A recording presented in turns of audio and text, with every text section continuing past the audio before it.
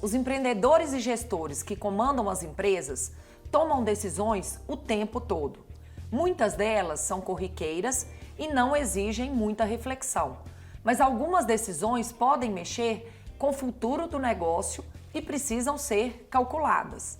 Estamos recebendo aqui no estúdio o consultor Felipe Pires, que tem mais de 20 anos de experiência e que vai ajudar os empresários convidados com informações e análises para clarear várias dúvidas sobre gestão. Prazer estar aqui novamente, poder contribuir aí nos debates. Nossos convidados, a Ângela, a Lúcia e o Ramon, estão ansiosos pelas suas orientações. Que bom, vou me esforçar aqui para dar uma contribuição nos temas que vocês trouxerem. E também está conosco, mas por acesso remoto, Pedro Menezes, que caminha para 10 anos como especialista em consultoria de gestão e que também vai ajudar a responder as dúvidas dos nossos convidados. Pedro, seja bem-vindo ao programa. Obrigado pelo convite, Natália. É um prazer estar aqui. E agora, vou te apresentar a primeira empresa convidada do programa de hoje para fazer perguntas aos consultores. É a Valmont Solar, uma empresa do grupo Valmont Industries, sediada nos Estados Unidos. O grupo Valmont Industries foi fundado em 1946. Já a Valmont Solar, unidade de energia, começou a operar no Brasil em 2015. Aqui no programa, a empresa está sendo representada pelo diretor regional Brasil, Ramon Gomes. A Valmont Solar tem 50 empregados no Brasil. Já o grupo tem cerca de 11 mil profissionais em posições globais, atuando em mais de 100 países, com fábrica em 21 deles. Em janeiro, a Valmont Solar inaugurou nova planta industrial na cidade de Contagem, na Grande BH. A empresa é líder nacional na fabricação de seguidores solares, estruturas nas quais são fixadas as placas fotovoltaicas e que se movimentam conforme a posição do sol, aumentando a capacidade de captação de energia das usinas solares. Minas Gerais também foi o endereço escolhido para abrigar o novo Centro de Pesquisa e Desenvolvimento em Energia Solar da Valmont Solar.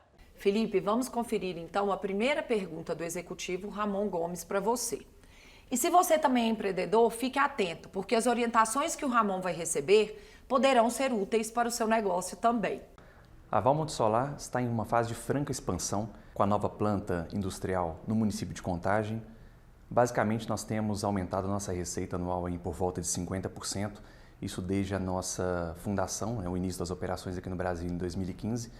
Nós estamos inseridos num mercado extremamente competitivo, muito rápido e muito dinâmico. Exige do gestor decisões muito rápidas, mas assertivas, baseado em um planejamento. Nessa seara, o que eu queria perguntar para você é sobre, basicamente, qual a frequência nesse contexto que eu deveria revisar o plano estratégico do nosso negócio. E, em primeiro nível, quais seriam as melhores práticas na implementação e no desdobramento do planejamento estratégico para o nosso time, considerando o setor solar? Ramon, nesse contexto que você trouxe de ambiente em constante mudança que vocês estão vivendo na Valmont Solar, a minha recomendação é que a revisão do planejamento estratégico aconteça a cada ano. Você faz um planejamento para 3 a 5 anos, mas a cada ano você revisita as metas, os projetos, para contemplar as adaptações necessárias. E sobre as boas práticas que você pergunta, nós no Aquila, depois de mais de 20 anos, promovendo o pensamento estratégico em organizações em diversos países, nós criamos a nossa metodologia própria, que se chama 8 Passos da Excelência, que temos inclusive um livro publicado sobre o tema. Os 8 passos são sequenciais, ele começa pela ambição, passa pela governança, evidências, produtividade, qualidade técnica, disciplina, retorno e, por fim, a transparência. Então, ele contempla todos os ciclos, desde a formulação, passando pelo planejamento e também a implementação da estratégia. Quando você fala do desdobramento, fazer com que essa mensagem chegue em todos os diferentes níveis da empresa.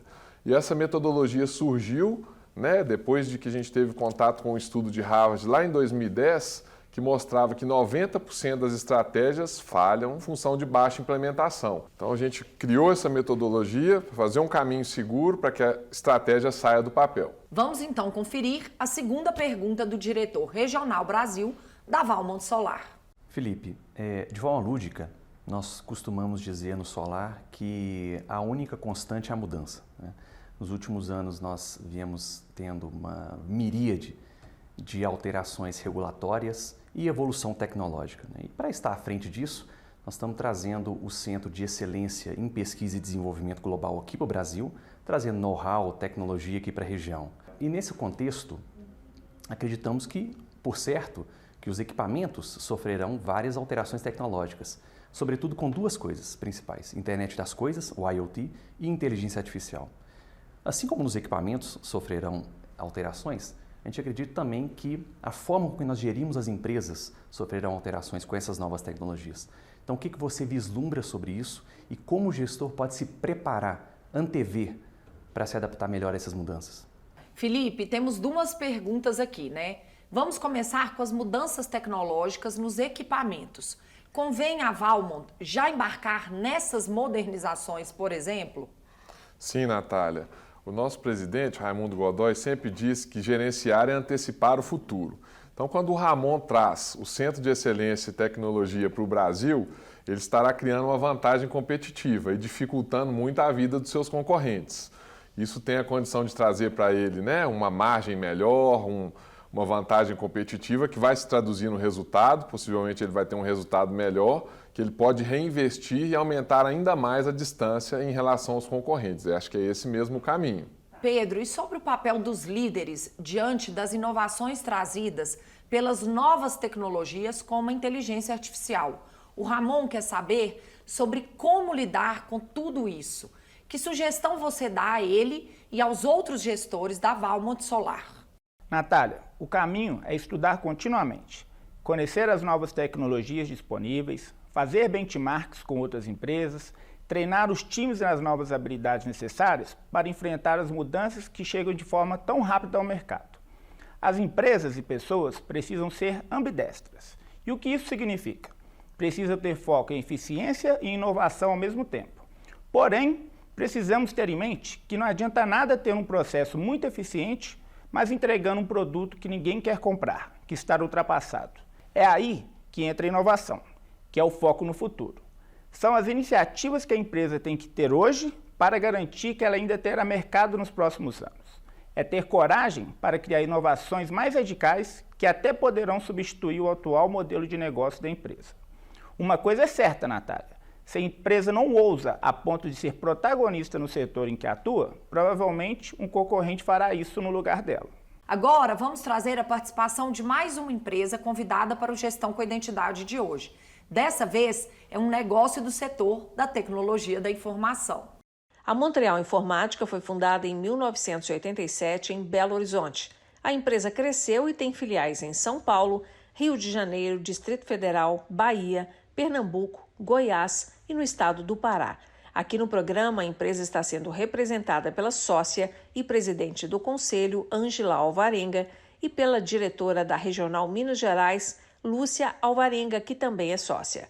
A empresa tem 4.000 colaboradores. Entre os principais produtos oferecidos ao mercado estão as soluções para biometria e inteligência artificial, desenvolvimento de sistemas e ainda BPO, que é quando a Montreal assume serviços administrativos de outras empresas. A Montreal aparece no Anuário de TI de 2023 como a 6ª maior integradora de tecnologias do Brasil e acaba de apresentar ao mercado a Montreal Ventures, que vai promover investimentos em inovação por meio de aportes financeiros, recursos estratégicos e inteligência de mercado.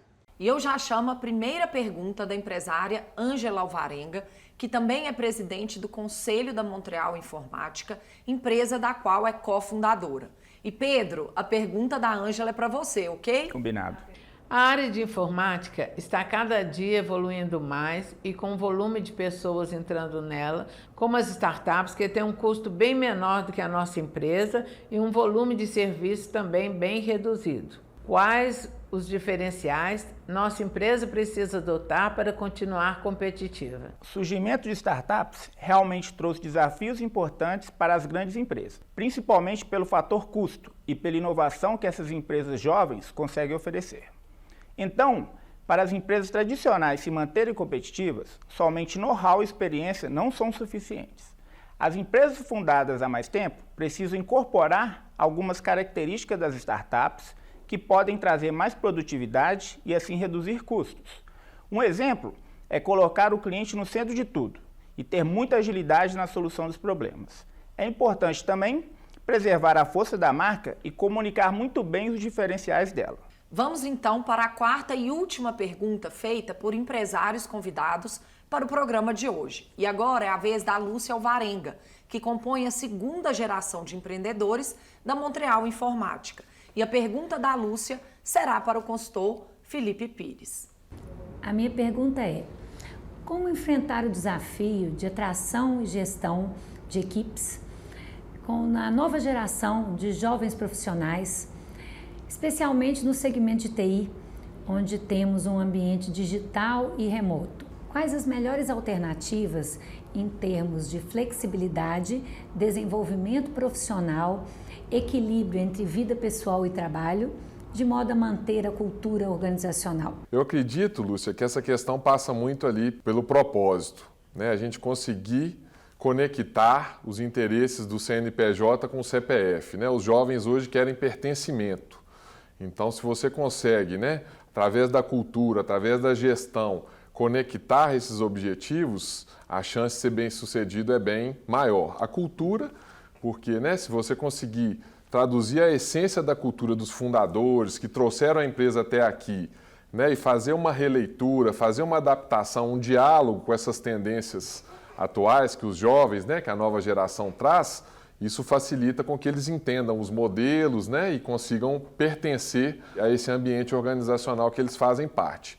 E do outro lado a gestão, porque através de tecnologia, através de ferramentas, de acompanhamento de resultados, de produtividade, qualidade, satisfação do cliente, você tem segurança, né, para testar novas formas de trabalho e monitorar isso em função do resultado. As convenções também ajudam muito nisso, convenção anual ou semestral, em que todo o time encontra. Isso faz aumentar esse senso de pertencimento e eu acredito que é um desafio grande para o seu time aí, né, que trabalha muito remoto, disperso em diferentes locais.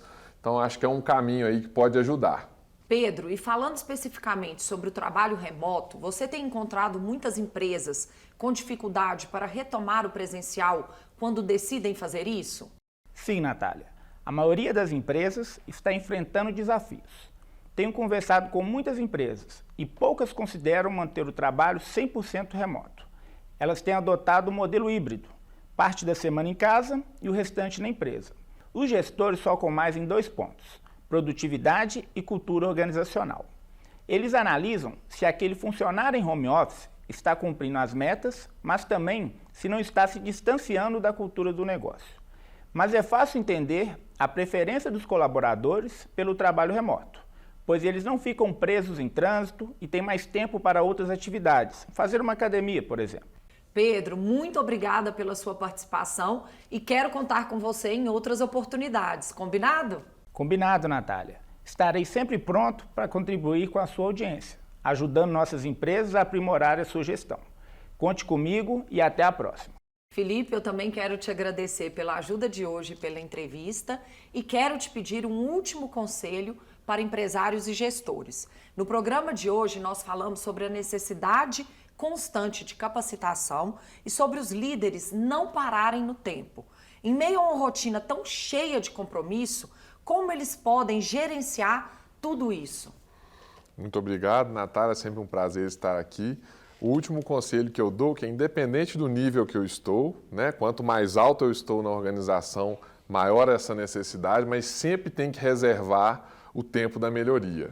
Aos projetos estratégicos, desenvolvimento das pessoas, porque naturalmente os problemas acontecem. Se você não reserva a agenda, você não está sempre repensando ali qual que é esse tempo, travando a agenda em algumas janelas, esse tempo nunca vai aparecer. Então trata de uma prioridade e tem que reservar esse tempo para a melhoria. É isso mesmo, Felipe. Mais uma vez, obrigado e acho que a gente deixou um bom recado no programa de hoje.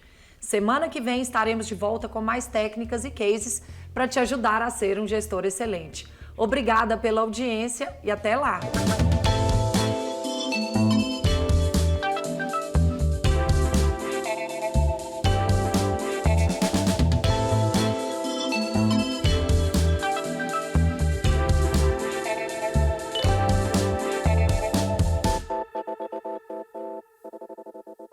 Gestão com identidade. Oferecimento Aquila Consultoria em Gestão. Gerenciar é antecipar o futuro.